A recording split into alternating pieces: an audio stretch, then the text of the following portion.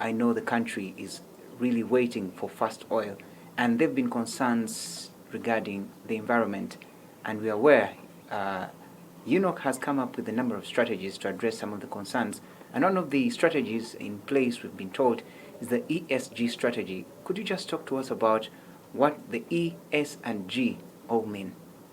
Yeah, so our environmental, social, and governance strategy is a very key strategy for UNOC because we had to establish alignment with a number of things. One was, of course, doing our operating our business in a sustainable manner going forward. So in other words, what we do today isn't just for today, but it also it covers tomorrow, it covers next year, it covers 10 years from now.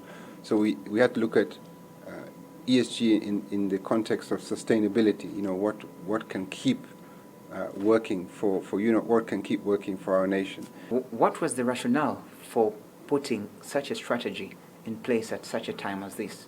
As we move into the oil and gas space, first oil, but also refining our oil and all the industries that come out, the downstream industries that come out from that, we're going to be generating significantly more carbon dioxide emissions. And so we felt we need to have a strategy that addressed the inevitable, the hard to reduce, let's say, CO2 emissions, but then there are other activities that we can do, such as decarbonization of the processes that will enable us to to operate in a more climate, let's say, friendly way. What are the strategic objectives in this environmental, social, and governance strategy that you're having?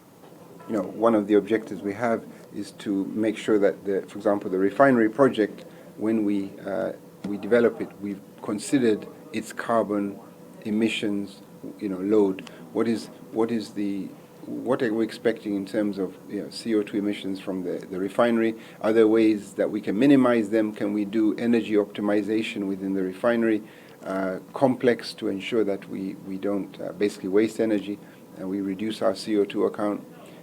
But all these overall strategic objectives, which is to decarbonize or to have a low carbon impact, translate into specific activities within the project.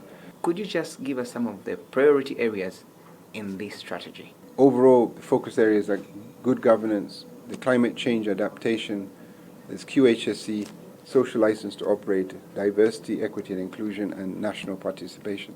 So those are the areas that we are focusing on, and we have, of course, good progress, I think, in all those spaces. We are aware last year, around August, you launched an intervention called the Alliance for Climate Resilience.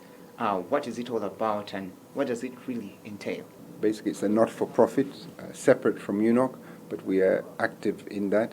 And what we're trying to do there is essentially bring together a number of private and public stakeholders who would be interested in supporting a very significant reforestation and afforestation project here in Uganda.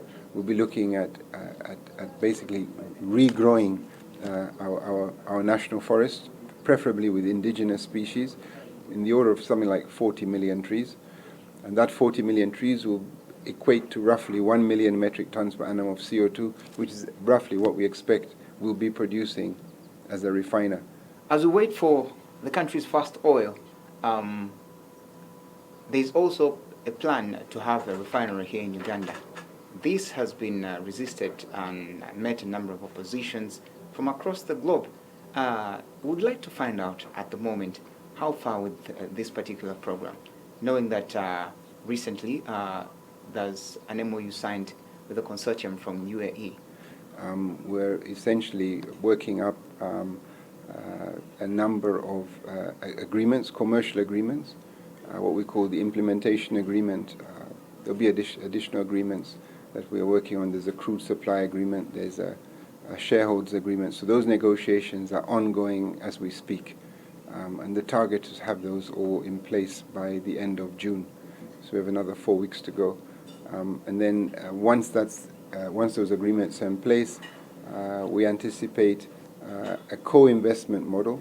So government will be investing through UNOC, the funds in the refinery development, as well as we're expecting to receive funds under these agreements from our UAE investor group, and they're called Alpha MBM. You may have seen them in the press. So the expectation is that we're going to hit the ground running. We're going to start site activities within Kabalega Industrial Park and within the refinery area. We anticipate starting those activities around about the end of this year, and that will be basically site clearing activities, preparing, for example, for the tank farm for the crude oil, for the tank farm for the products, and then the design activities will be continuing through into mid next year, and at that point we'll end up in procurement cycle to start buying major equipment.